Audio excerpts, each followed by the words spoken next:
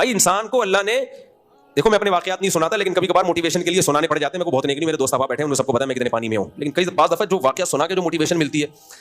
آج مجھے دوپہر کو لگی ٹائٹ والی بھوک, اتنی ٹائٹ بھوک پتہ نہیں ایک دم سے کیوں بھڑک اٹھی. حالانکہ میں نے ناشتہ 11:30 2 پراٹھے, اللہ معاف فرمائے, 2 انڈے 2 پراٹھے ایک ملائی کی پلیٹ کھا گیا تھا آج میں, اللہ معاف فرمائے, توبہ استغفر اللہ, لیکن بھال کھا لیا, کیا کریں, ہمارے بھی دل چاہتا ہے کھانے کو.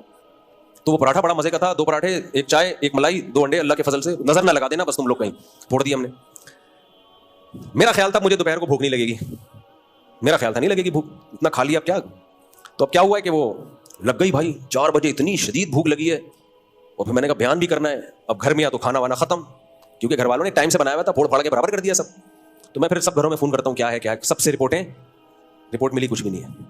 پھر میں گھر میں گیا, میں نے کیا کیا, ایک پلیٹ تھی, میں نے کہا کچھ بھی بچا ہوا ہے لے آؤ, کچھ بھی بچا ہوا ہے لے آؤ. تو ایک گھر اس میں وہ تھوڑا سا سالن تھا ہلکا سا پلیٹ میں نا, شوربہ باقی رہ گیا تھا, اور روٹی بھی رات کی بچی ہوئی. میں اتنا شریف ہوں نہیں جتنا آپ, لیکن ضرورت ہو بھائی یہ بھی کافی ہو جاتا ہے جب بھوک لگ رہی ہو. میں نے وہ رات کی بچی ہوئی روٹی شوربے میں بھیگو, بھوک لگ رہی تھی, بڑا مزہ آ رہا تھا, وہ 2 منٹ میں ختم. میں نے بچوں سے پوچھا اور کچھ ہے, انہوں نے کہا وہ دال بچی ہوئی ہے. میں نے کہا وہ لے آؤ, 2 نوالے دال کے, وہ کھا گیا. میں نے کہا دال کی دیگچی لے آؤ, دیگچی کو رگڑا. میں نے کہا یہ شوربے کی دیگچی لے کر آؤ, شوربے کی دیگچی کو رگڑا, ایسے نا پورا شیشے کی طرح چمکایا.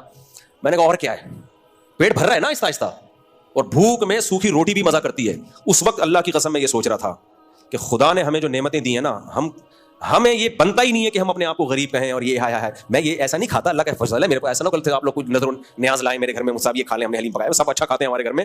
لیکن ایک مثال دے رہا ہوں کہ فوری طور پر بجائے میں ہوٹل سے منگواؤں, ہوٹل سے پیٹ میرا خراب ہو کے بھی میں نے پوری میڈیسن سے اپنا علاج کیا, میرا پیٹ اب صحیح ہوا ہے.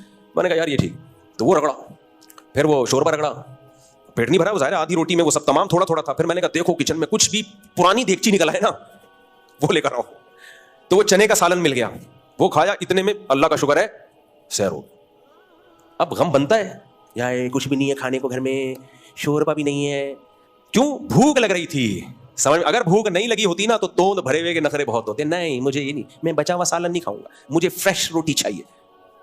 بھوک لگتی ہے غربت میں, مالداروں کو بھوک نہیں لگتی, تبھی ان کے مزے برگر. میں غریب نہیں ہوں, وہ اتفاق سے ایسا ہو گیا, تو ہم تو کھاتے فل کھاتے پیتے لوگ ہیں, اللہ کا شکر ہے.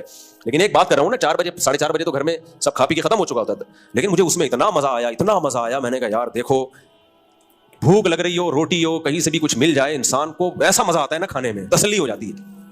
تو اگر اللہ نہ کرے کسی کی دولت ڈوب گئی بھائی, تو کھرچن تو گھر سے نکل آئے گی انشاءاللہ.